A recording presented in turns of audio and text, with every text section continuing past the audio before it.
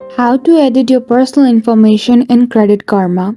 In this video, I will show you how can you easily edit your personal info in Credit Karma account. So without any delay, let's get into it. For that, firstly you need to open the Credit Karma application or simply navigate to the website. Now, to change your personal information, it is better to download the application as it is easier and more convenient. In this video, I will show you by editing my phone number.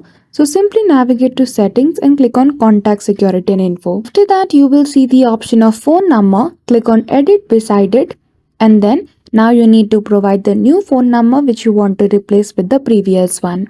Simply provide that number, and now you will receive a verification code in that new number. Provide that verification code and verify your identification. So that's it. That is how easily you can edit your personal info in Credit Karma application. So I hope you found this video helpful. If you did, don't forget to give it a thumbs up and subscribe to our channel for such tutorial. Thank you for watching till the end.